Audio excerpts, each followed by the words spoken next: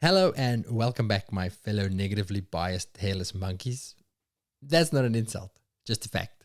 Keep listening and you'll see what I mean. This is a conversation about getting a positive perspective on challenging situations and negative emotions and hard conversations. You know, the stuff that you deal with every day. I'm joined by Dr. Rebecca Ferris to talk, amongst other things, about positive psychology, what real mindfulness looks like, and why it's essential in the work that we do. About finding and living our strengths and having those hard conversations that we mentioned before.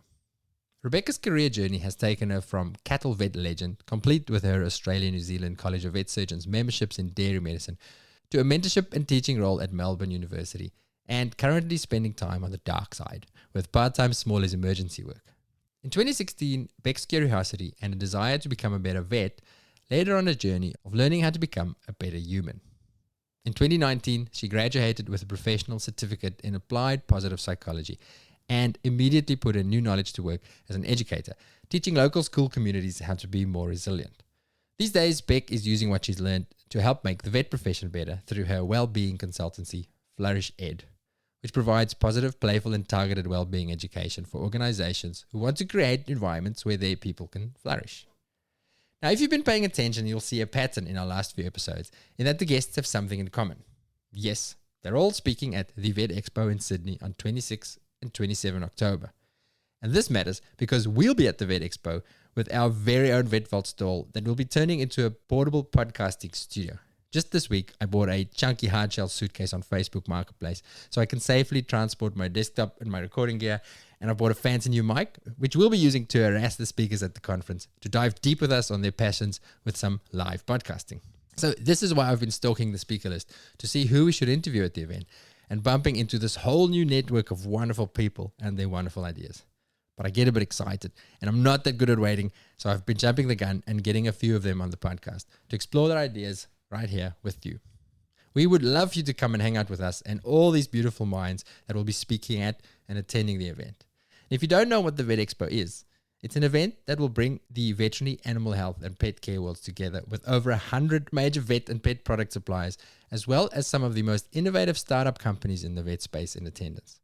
So once you've explored the expo floor to see what's new and exciting in Vetland, and you've gorged yourself on the very long list of presentations, come and find us across the aisle from the coffee shop. Say hi, have a chat. In fact, I have a challenge for you. Come and interview us.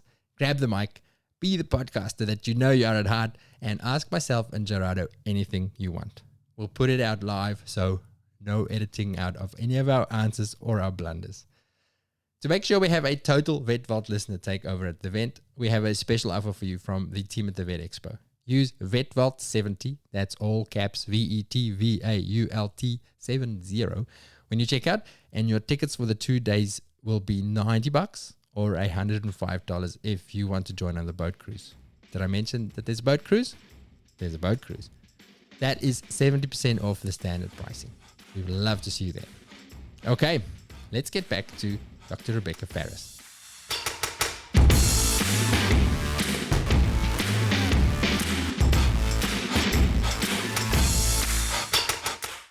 Welcome to the Vet Vault. Thanks, Hugh. Thank you for having me. Just chatting beforehand, we actually have quite a similar career trajectory and similar things that we are hoping to achieve. Yeah, it sounds like you're a few steps ahead of the game for me. I don't know about that. That dangerous thing of comparing to others. There's a quote that I like and that I often have to look at from it because I fall into that trap of comparing to others the whole time of going, well, look at them. Why do I suck so much? This person's so far ahead of me. It's the gap theory in happiness research. I don't know if you've heard of it. So it's basically there's a gap between what we have and what we want. And it's that gap that causes unhappiness. There's the gap between the life you live now and the life you want to live. And that's where the conflict happens. And there's two strategies to fix that. It's either you work harder to get that thing that you want, to go, well, these are the steps I need to do to get there, or I need to learn to want what I have. And then the second strategy, and I think for me it's a combination of the two, but the strategy for achieving that second one is to stop looking at others. They say you've got to pick an anchor. What are you anchoring what you want in life to? Is it your own values and your own desires, or is it what somebody else is doing? Philosophy straight off the bat there. Well, It's interesting because, like, as soon as you started saying that, I could look over to this affirmation card I have over here that says, "Don't berate yourself for being preoccupied with your professional future. Don't let others describe the anxiety as neurotic. Give the agony the time it needs, luxuriate in it, and prepare to spend 1 hour every evening and 4 hours every weekend." Is that how we spend the gap? I think so. I like that. What is it? Say the sentence again about allow the agony, or what's that? Give the agony the time it needs, luxuriate in it. That's my problem. I try and get away from that agony as much Wow, that's interesting, isn't it? Like, we try to lean away from these uncomfortable feelings when perhaps we should be leaning into them. They're normally telling us something, aren't they? Wow. Should we just jump straight into that? Do you want to expand on this? Is straight into the deep end.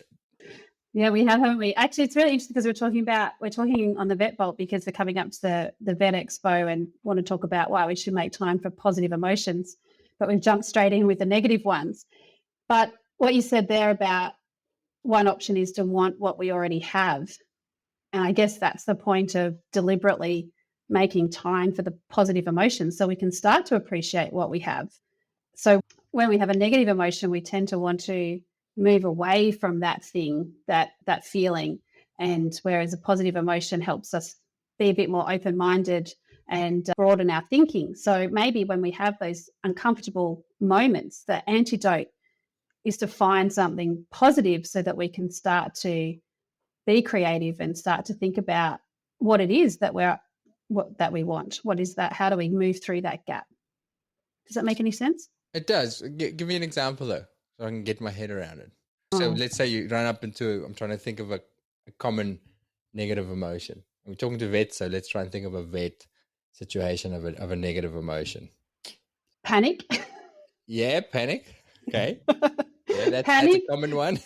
Yeah, you're talking about your background in emergency. I think there's probably a fair bit of panic that comes into emergency. And I guess, the classic option would be to think about mindfulness and using some breathing strategies to lower our cortisol and come back down so we can start to think about what are we looking at and what do we need to do next. The panic, I think, is telling us that this is important to us. I guess if we didn't care what happened to the animal, we wouldn't be so panicked about what to do and whether we can fix it. I don't think it's a bad emotion. It just, we need to, in the moment, it may not be that helpful to run away. So you might use a strategy like mindfulness in the moment to feel calmer, but then you might need to think of another strategy later on to explore, why did I feel panicked? What can I do to overcome that next time? And is it that I need to do some more learning or something like that? Whereas if we just stick with that feeling of panic, then we may say that, oh, this isn't right for me. I'm in the wrong job. I can't do this. I'm panicked. Now, are you reading my mind? No, I'm reading my own mind. And I preface this with, I am the classic do as I say, not as I do, because I guess that's probably where I sit at the moment. I do some casual emergency work and it does often fill me with panic. And I know it means that I need to learn and do some more. And we talked before about time and where do you find the time? There's so much information out there. There's so much we can learn. Where do you start these days? It's almost like information overload. Well, you start by subscribing to the Vet Vault Clinical Podcast. Let's just put a little plug in there for it. Sorry, that was a cheap plug there. No, I really love this. It's so funny. Literally, when did I work this week? On Tuesday morning, and there's a stretch of that shift that I do, early morning shift, and we had full hospital and a tick patient that wasn't going that well. I had 16, no, I'm exaggerating, maybe 8 clients to call, and I know in the morning they want to get called, they want to know how the animal's doing. And then I had a not that sick consult come in, but they still want to be seen. And then I had a really sick one come in, like really dying and not obvious, like, oh shit, why are you dying, sort of a thing. And total panic. You think that 20 years in, it wasn't any one thing that panicked me. Even that sick patient, my skill levels and my interest, that's where it is. I want to focus on that patient. But then my head goes, you got to phone this person, you got to do that. Phone's ringing, receptionist saying, have you phoned Miss Smith yet with an update on? No, I haven't. And it's exactly that moment of just going, everybody just piss off. And then those thoughts of, I hate this. I'm sorry, if my employer is listening, I don't really hate it at the time. I hate this. I don't want to work here anymore. I want to just go home. But actually, you just hate the feeling. Okay, so help me through that moment. How did you get through that moment? Head down and just kept plugging away one thing at a time. But and it's interesting you say this, the do what you say, not do what you do, because I do try very hard. I do mindfulness practice. I do meditate because I do appreciate and sometimes it works, and I'll give examples of that. But I think the first thing, and tell me if I'm right, but is recognizing the emotion as an emotion, right? Not the truth. That's correct. So yeah. I had another one earlier in the week of a dog that was trying to bite me. Annoying thing. I'm in a hurry. I want to get home. I just needed a very simple thing, and the stupid bulldog's trying to bite me. And I was getting frustrated, and I actually had a rage. I was getting really, when you start, and that I had a moment of mindfulness there, going, okay, recognize it as anger. There's good reason for it, but just let it wash. Sit for a second and let that rage go, and then I can reset and start again and just do what I need to do. I was successful there. The other irritation of feeling overwhelmed and being cross with my boss because we're understaffed, but it's not really a fault, and being cross with the receptionist because they just booked in another thing and it's nobody's fault. I failed at that. I was grumpy about that the rest of the day. So how do I do that better? Or somebody who's still stuck in that, how do you get better at that? The short answer is I probably don't know, but I think it's to do with the practice. So they talk about mindfulness being a practice because we never perfect it. Mm-hmm. And so the whole thing is about being aware. And the more you do it, the more you become aware. And in theory, I guess you become faster at picking up that emotion and trying to regulate it. And it's a deliberate choice here to say the word regulate and not control. So we're regulating our emotion so we can get through the job that we need to do. But it's hard. It's not straightforward. And a lot of these experts, so it took them a good over 5 years of regular practice before they were able to make it a habit in their lives. So I'm a bit slow. I've probably been trying for longer than 5 years to make it a habit. I'm not quite there yet. I'm still probably using it as a reactionary tool. So I noticed that I've been, I'm feeling stressed and I'll use it at that moment, but I haven't become great at putting it into a habit as a preventative tool. But I think that's the key. The more we can use it proactively so that then in those moments you can catch yourself a little bit quicker. But I think that we need to go back and process that emotion at some point. Mm-hmm. How? Journaling, counselors, active reflection. I really like using a reflective sort of framework tool, and you can Google those and make a tool that works for you, where I just take the moment to say, okay, that was a bad day. You might look at that case and say, well, how was I feeling? What was happening around that time? And maybe it was that you hadn't had any sleep, or you were really hungry, or just the circumstances, and what went well, what didn't go well, what would you do differently, and maybe some action that you would take to make the situation better next time. And I found that being really, I don't do it. I always think I can do it more, but I definitely am getting better at using that when that sort of a process when things haven't gone well. I think the pro level is when we start doing that when things have actually gone well. So we can say, this was a good day. What made it a good day? So then we can start having more of them. So is that what mindfulness means to you? Because it's such a thrown around junk word these days, mindfulness, which for some people I think brings to mind incense and bell-bottom pants. Is that mindfulness for you is just being, well, tell me in your words, what does mindfulness mean for you? And then if you have a mindfulness practice, what does it look like?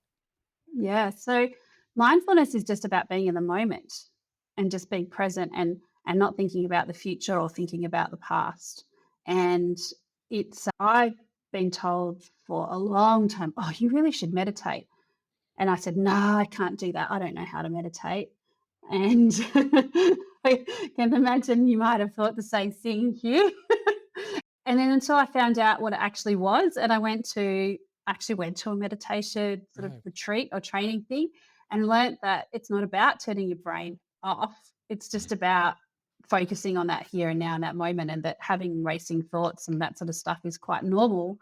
And it's about noticing it rather than trying to switch it off. You know, our brains, that's what they're designed for, to think. So we can't just say stop thinking.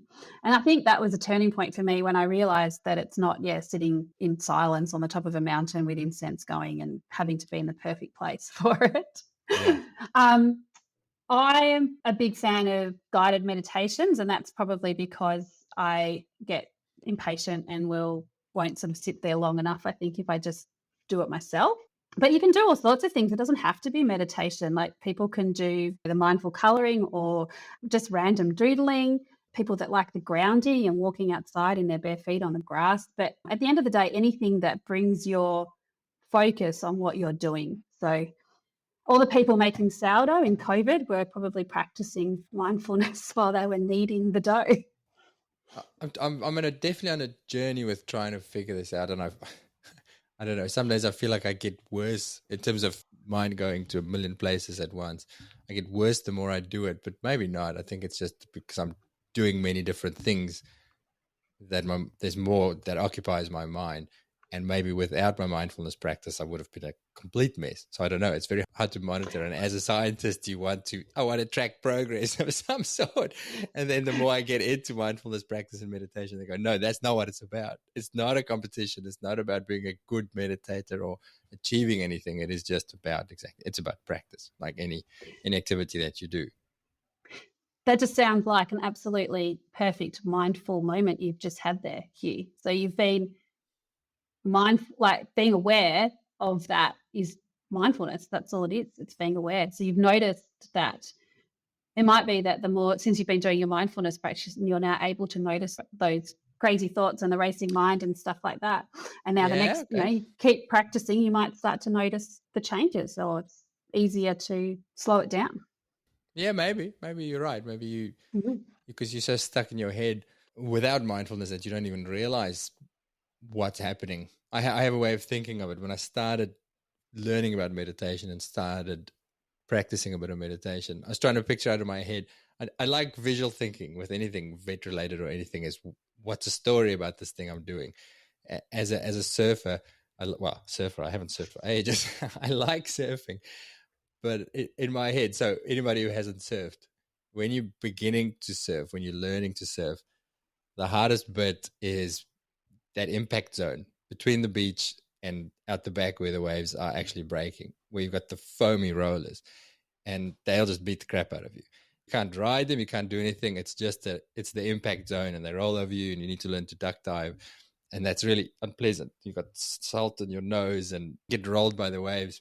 But then through practicing that and paddling and getting fitter, getting better technique, you can get out to before the waves break. And those waves are still there. It's the same wave, but because you're further back and you're not just being rolled around by the waves, you just can sit and bob over the wave. The wave goes through you, under you, and it goes away. And then you can choose the one you want to ride. You can go, okay, I can let that one go. I can let that one go. Here's the one I want. Get on that and get the maximum impact. I don't know if it's a good description, but for me, that's what I try and achieve with mindfulness, is to get out of that impact zone of thoughts and emotions that you can't do anything because they just take you where they want you, is to actually practice a little bit so I can get out back and sit back. That's the goal. Do I achieve it? Nah, not really. Mostly not. Well, every time I think surfing is a great way to be mindful. I can't get myself over the fear of what might be under the water. And I'd also, maybe I haven't pushed myself through that impact zone because I just don't like getting dunked and all that sort of stuff. But I think it's a really good metaphor that you've described, is that it's hard and it's not easy. Like, it seems like it should be easy, but it's not. And I think most people give up. They say, "Oh, I tried that once; didn't work." Mm-hmm.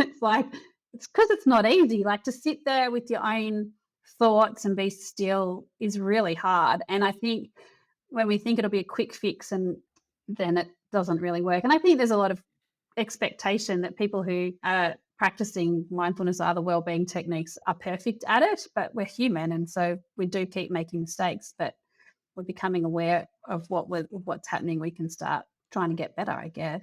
The most common reason, if you talk to somebody about meditation and they say, "Oh no, I can't meditate. My thoughts are everywhere. I can't sit still." And then in my head, I'm like, "Yeah, that's exactly why you should learn to meditate." That's what it's a bit like saying, "Oh no, I can't go for a run. I'm way too fat and unfit." Yeah, that's why you should start running. Yeah, that's right.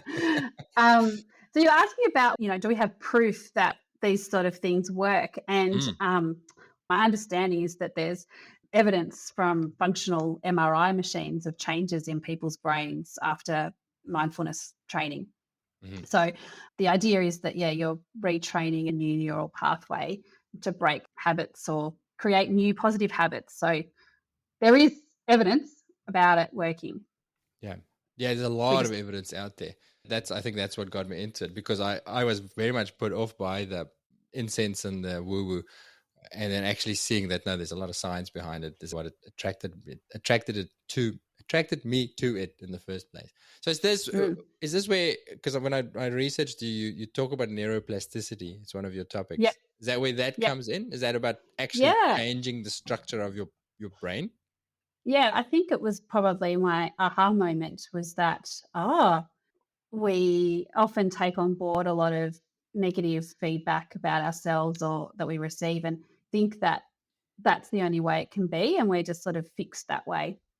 And learning that you can actually change those pathways then became kind of quite exciting. But it's probably the vet in me going, oh, great, I can fix this. That's probably not the answer, is not fixing, its acceptance. But I guess that in itself is a new neural pathway, isn't it? Where we retrain our brain not to berate ourselves, but to have that acceptance and whatever, just like teaching yourself a new habit. I think about it a bit like we know this, like we do it as vets with dogs, don't we? We do counter conditioning. We know that our dog reacts when it sees another dog.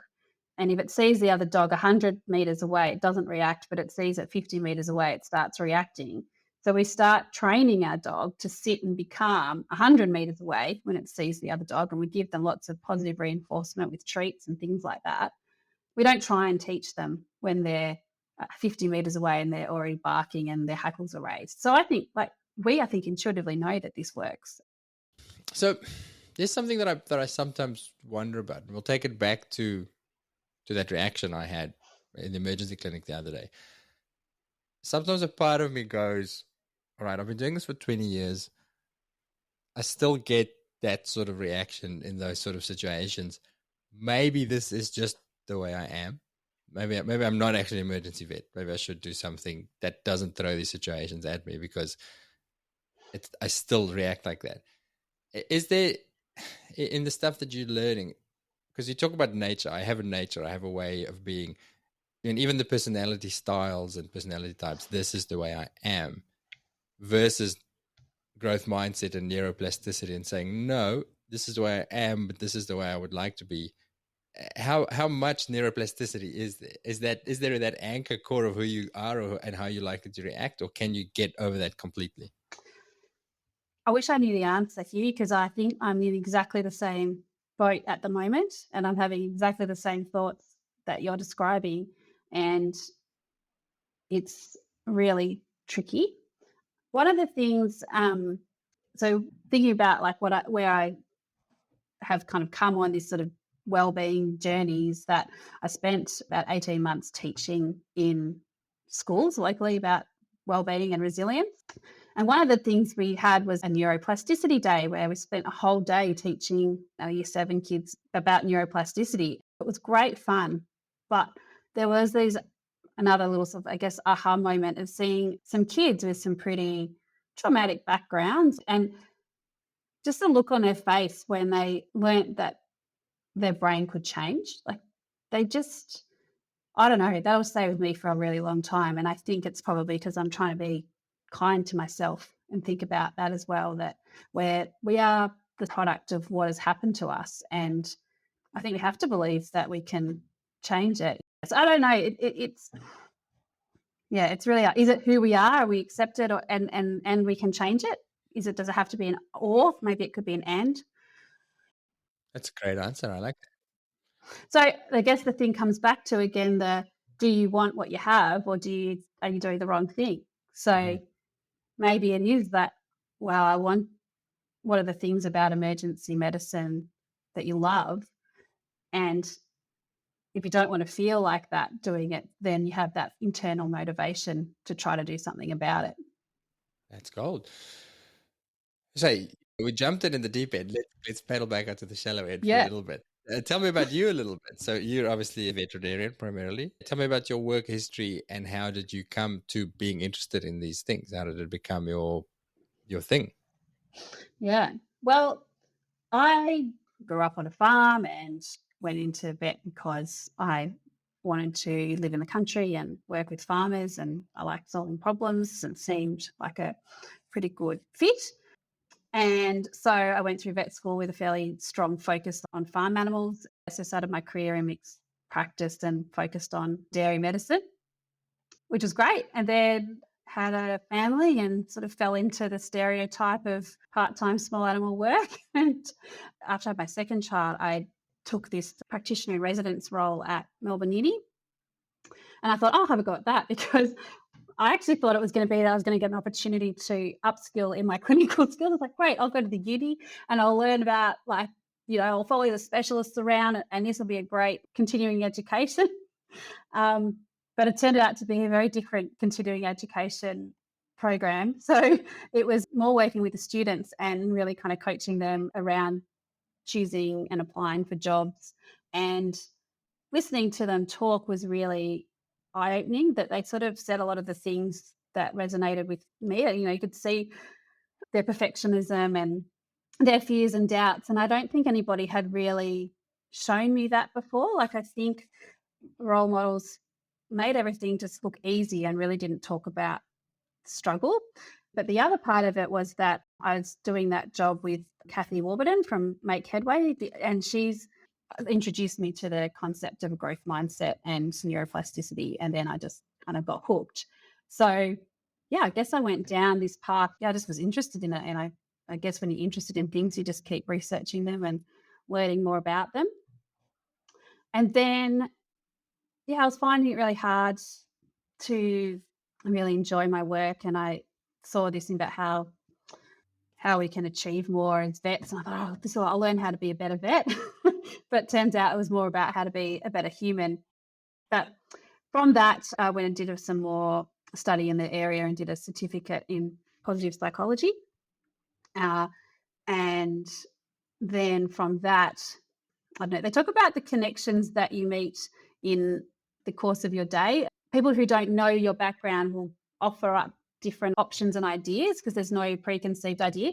So just, the people you meet at school pickup kind of thing that you talk to who have no idea. Somebody was working in this job in the schools teaching wellbeing and resilience, and they knew that their team was expanding and that they were needing a sort of education support person. So I applied, and so I did that, and took a break out of general practice vet to do that. And then that's how I came to doing a little bit of emergency to try and pay the bills.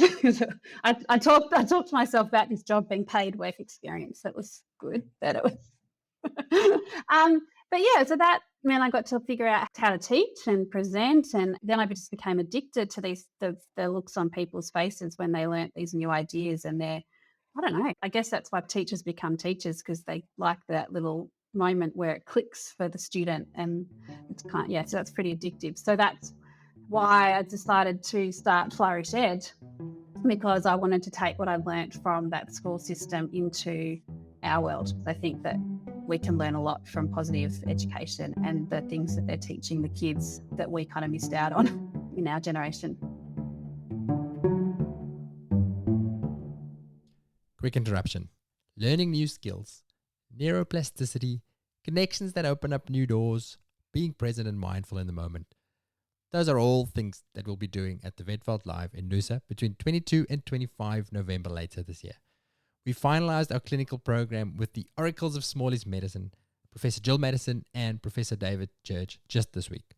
Prof. Jill will be talking about clinical reasoning. So, how our learning styles impact on our clinical decision making and why we do what we do the way we do it.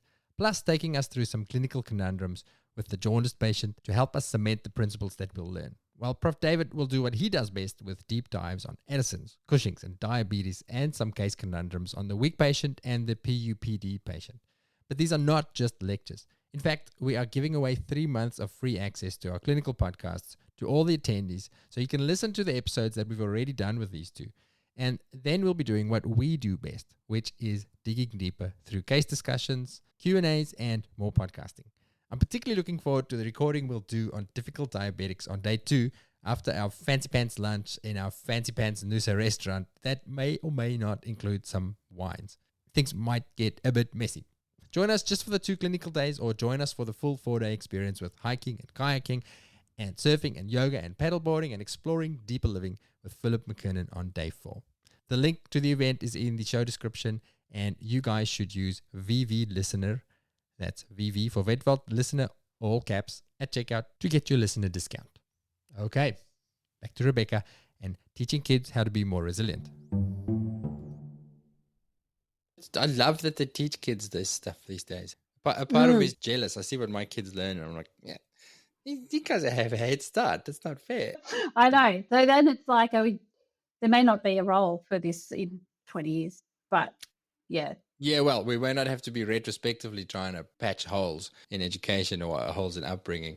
We might find that the vet in 20 years' time, this will be just natural to them. But then we still need reminding. Like, I just don't think it comes that easily. It's lifelong learning. We just need to keep chipping away at it. So what are the key things that you took from that, those moments of insight that you saw on the kids' faces? Are there main things from that you want to bring to the vet profession with Flourish Ed? Yeah. So like I've sort of said, a few things, that a bit of a tagline being it's not just what we do, but how we do it. And what I mean by that is that I think there's an opportunity whenever we talk about wellbeing or any education, anything, that we can do it in a way that it actually increases our wellbeing while we're doing it. So because we have everyone's got a basic need to feel like they belong, if we can learn together as a group, it opens up that opportunity for building psychological safety. So some of the things that we would do with the teachers is trying to encourage them to have quick little games or activities in their sort of morning kind of roll call times. And look, I wouldn't say this was easy to get people on board with doing, but the idea was that play is when we kind of let our guard down a little bit and the kids could start to build stronger relationships with their teachers and their peers, because it's easy to feel like you belong when everyone's making a bit of a fool of themselves and you don't feel quite so self-conscious. So I think that type of those sorts of activities would be really helpful in veterinary teams to help build psychological safety between managers and teams. And that's priming our brain for having a better day. We're going to be more open-minded and we're going to be better able to solve problems or learn. And we're going to have better relationships with other people when we've sort of primed our brain with some positive emotion.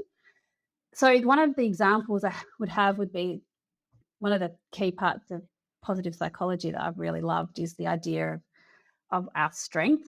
And so that we are looking at what is right about us and trying to reframe weaknesses as just maybe underplayed strengths. We've all got them. We can do this. It's not that you don't have this in you. And, you could send out an email with a link to do a survey about what your strengths are and just go, there you go, great. You know what your strengths are.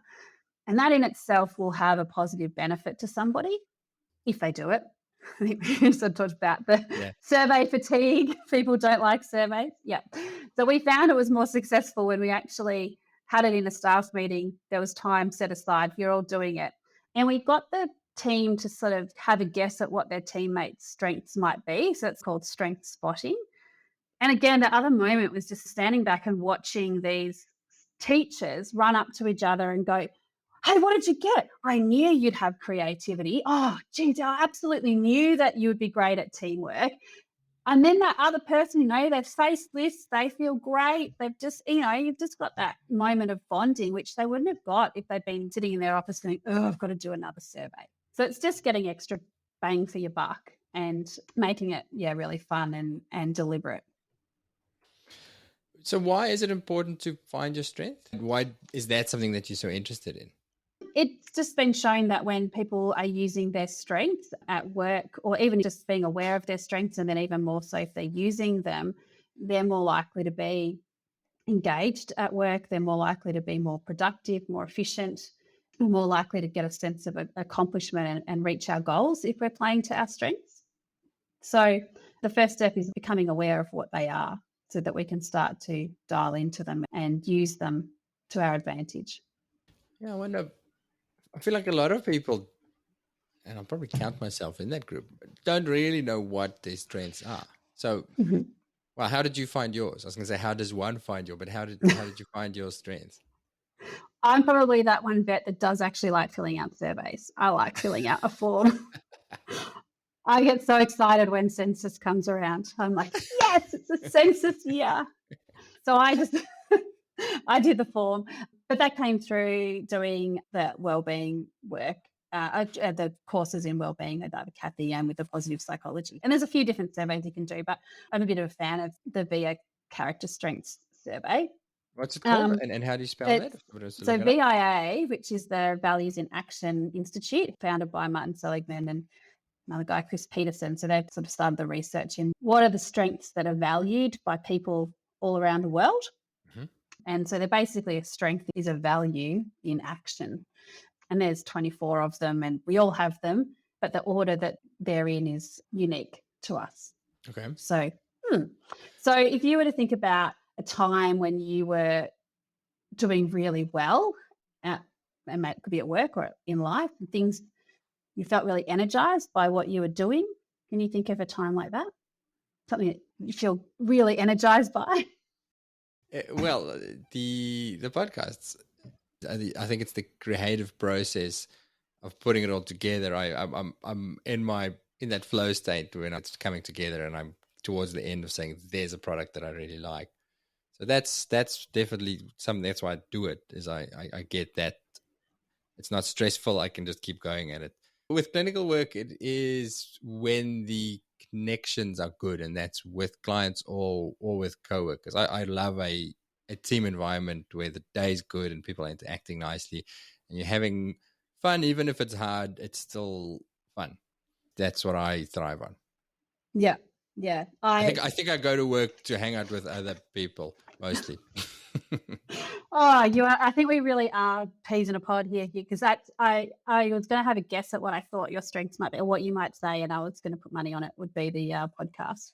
And I'm interested that you say you did identify the creativity of putting it all together, but I would have wondered whether it's that curiosity. Most of it, we have vets, we're scientists, we're curious, and so you like to talk to people and find out about that.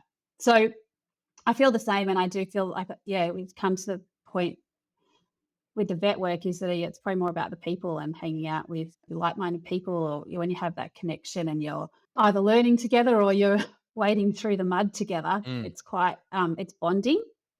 And one of the things that you can then do is use, if you're struggling in an area, potentially you can use one of your strengths to maybe help lift up the thing that you're struggling with. So again, if it's important, so if it's intrinsically important to you, you're talking about, go back to the stressful panic moment with the emergency.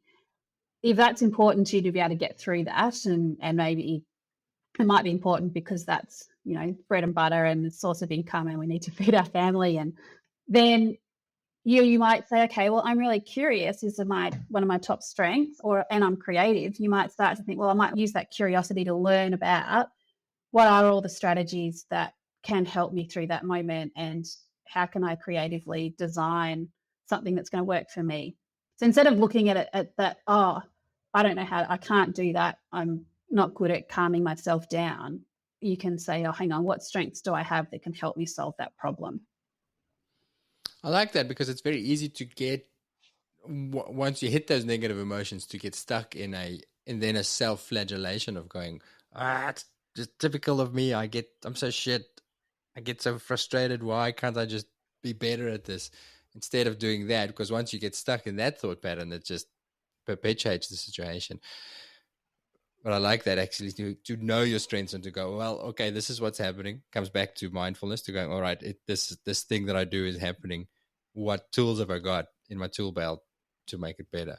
That's really cool. Yeah.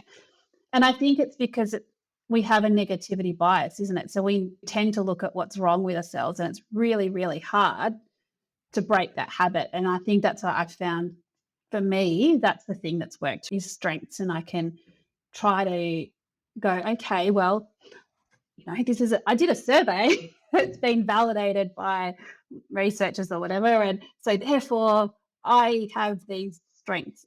And cynics can say maybe it's not, you can't trust just a survey or whatever. But I do think the top ones don't tend to change very much, and we do tend to identify pretty strongly with them. And it just helps break that negative self-talk by saying, okay, well, even if I'm not really great at serenity and I'm not really good at feeling calm, or self-regulation is probably the one that we're sort of thinking about, controlling or managing our emotions in the moment. Not many Westerners are very good at that, if we're honest. But we can say, okay, it is a tough one to do. What are my top strengths that I can use to help me with that? I think it just switches our brain. Are there things that people or that you misunderstood or people commonly misunderstand about their strengths or about strengths in general? I think they misunderstand that they think that we're trying to ignore weaknesses, or that they're saying that if we only want to focus on strengths, that we don't want to talk about weaknesses. I think that's wrong.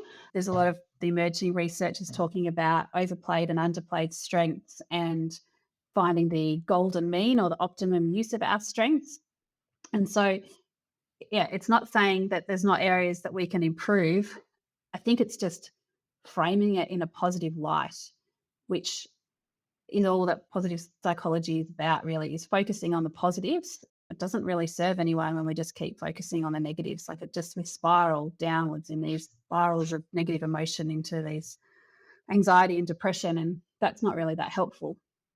But focusing on the positive keeps us a little bit more open-minded and willing to engage in that process. And it sounds so simple, but it's not. You said the word negativity bias, because sometimes when I was going to say people, but I could just say when you're grumpy or you have a negative emotion, it's kind of like we relish it, like we immerse ourselves in it. And even if somebody offers you you're stuck in this quagmire of negativity and somebody throws you the life belt to try and get you out of it, it's almost like you push it away. It's like, no, I'm happy being angry.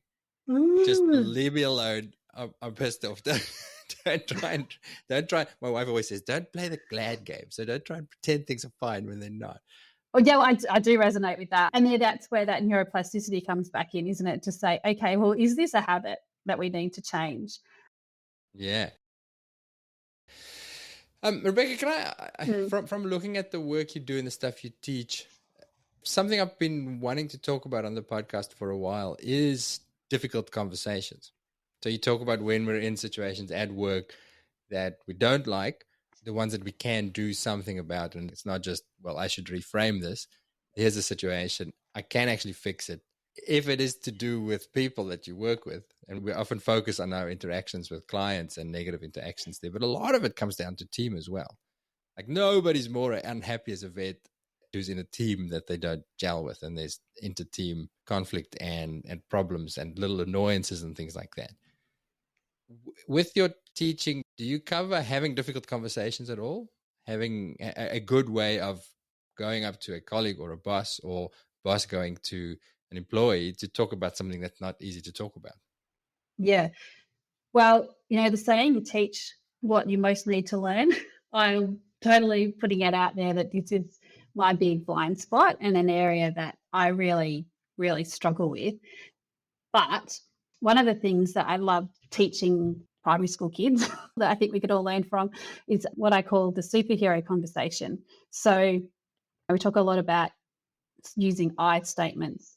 Turns out I'm quite good at teaching my son how to have these conversations. So he's also called Hugh, by the way. No way. So Hugh is great at superhero conversations. And my husband and I just sit there kind of in awe. We just say, wow, How do you do that? You can see he's upset about something and he's really trying to bottle it all up and eventually kind of get out. Okay, there is something troubling you. And so we say, okay, well, we need to have a superhero conversation. So we practice it and it sort of starts with, I noticed, and then he'll say what happened. And this made me feel. And then you should sort of have a request of what you'd like to change or to have happen. But I think I get stuck very much in that bubble of tension of like, okay, I know I need to have this conversation and I can script it in my head or write it down, but then that taking that next step and having the conversation is really hard.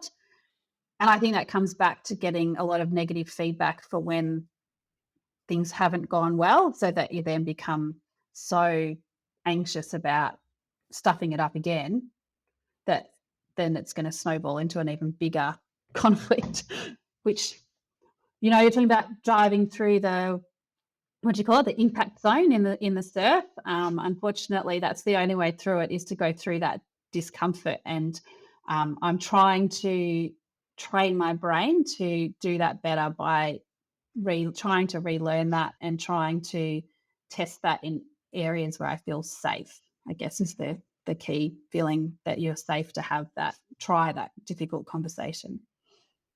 I like this, the term superhero conversation, because it's courageous action. It is, especially for, and I think the data says that as a profession, we are to a very large extent one of the amiable social style. I mean, we like getting along with people.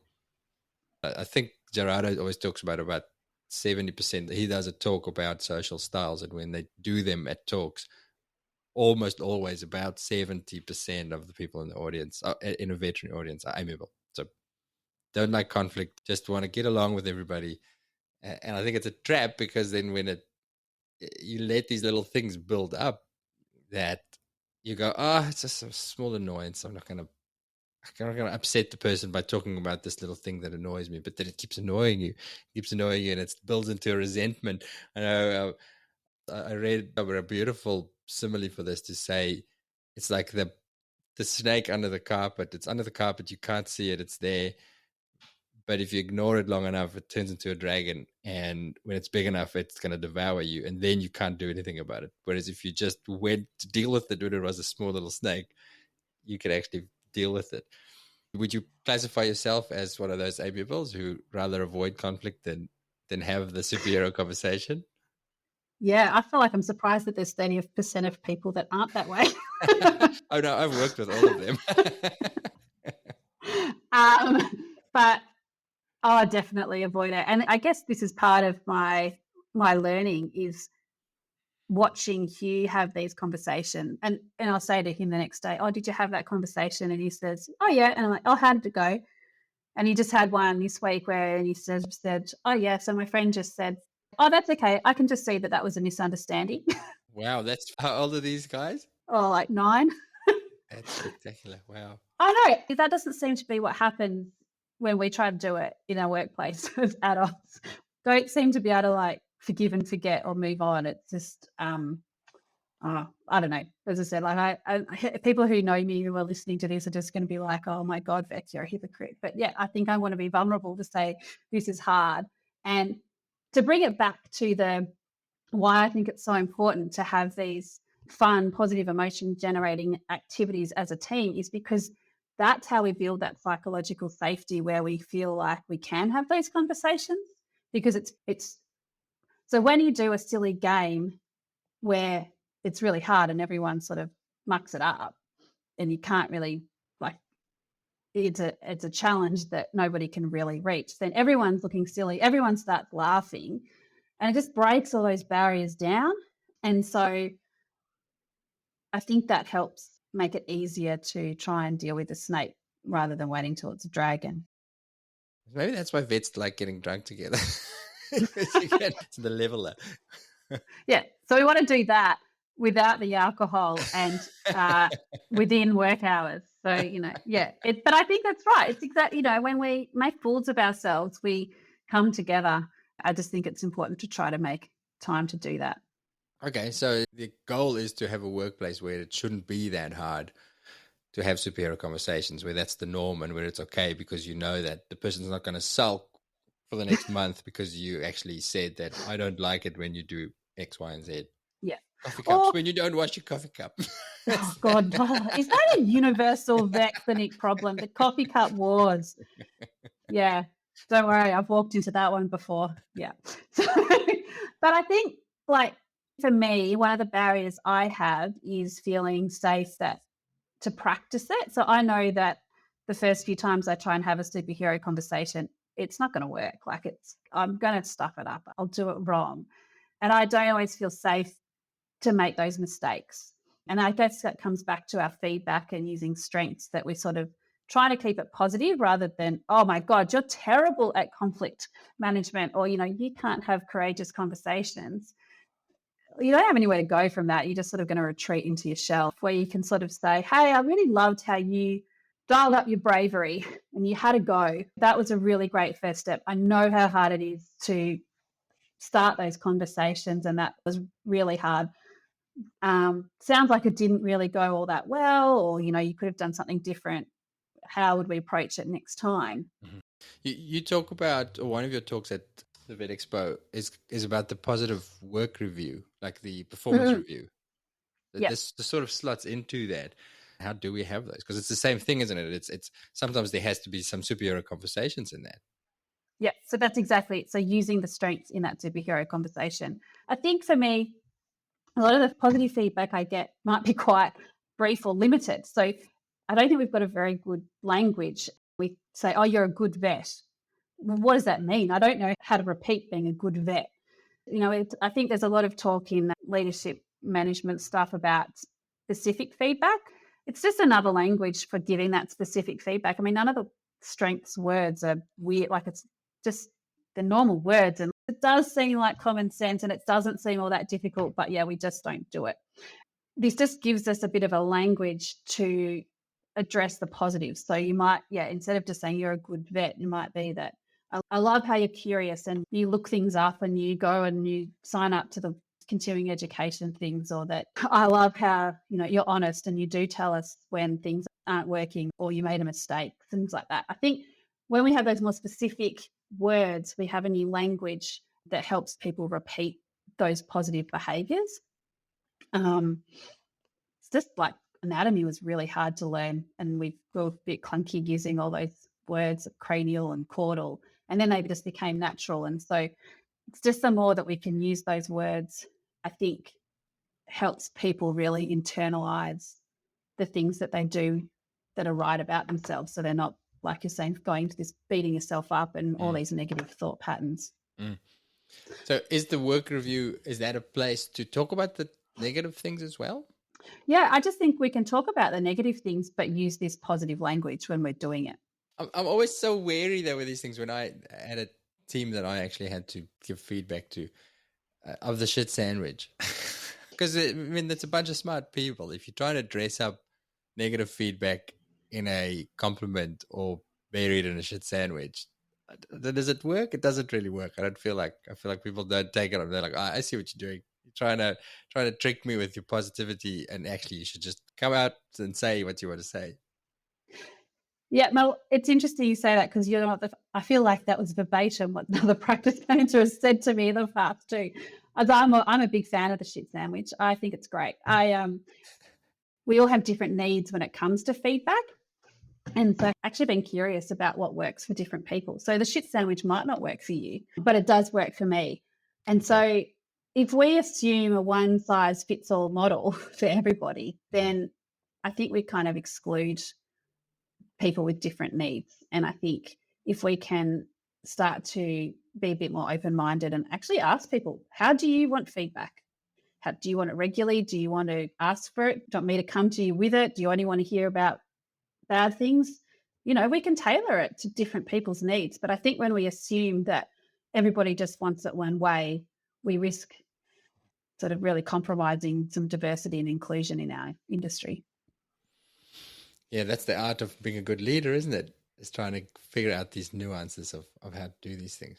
Well, if we create the work environment where superhero conversations are commonplace and there is that psychological safety, then really when it comes to the performance review or whatever you want to call it, there shouldn't be the need for negative feedback because you said it already.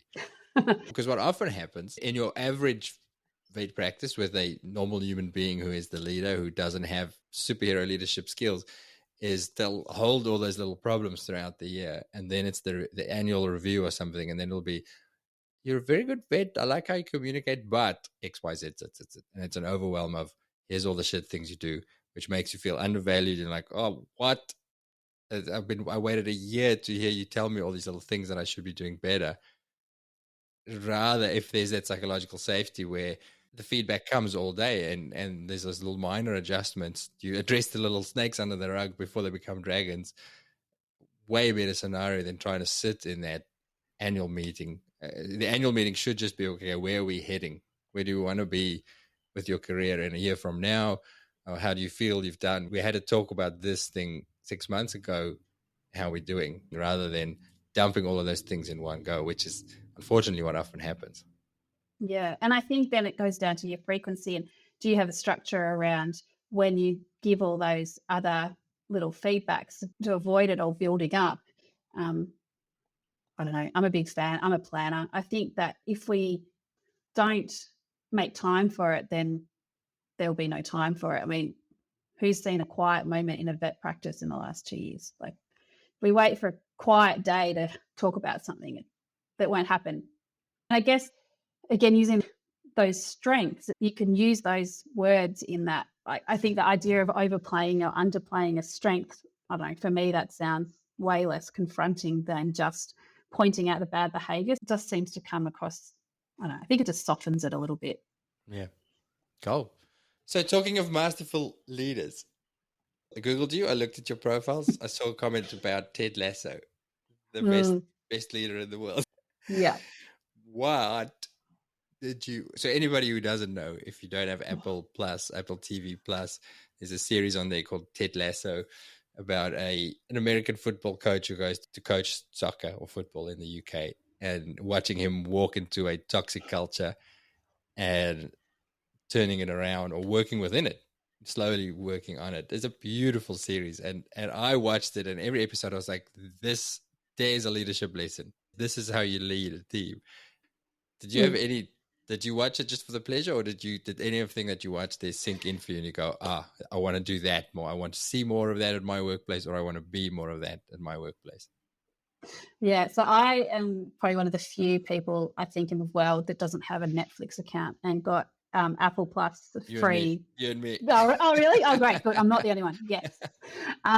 So when I upgraded my phone or iPad or something, got the free subscription. And anyway, my husband got into it. And I don't know if this is about, is it Ted Lasso or Ted Lasso? I don't know. But he loved it because he's into sports. So he was just like, great, this is a show about soccer. And then my sister-in-law, who's a pretty good leader, has a pretty important job, she started raving about it. And I was just like, oh, she likes it. Maybe I'll like it. So I started watching it. And then my husband was just like, I don't think you'd get into this. Like, this is a sports show. And I'm like, this is not a sports show. It's not a show about sport at all. It's a show about relationships, about vulnerability, about leadership. Yep.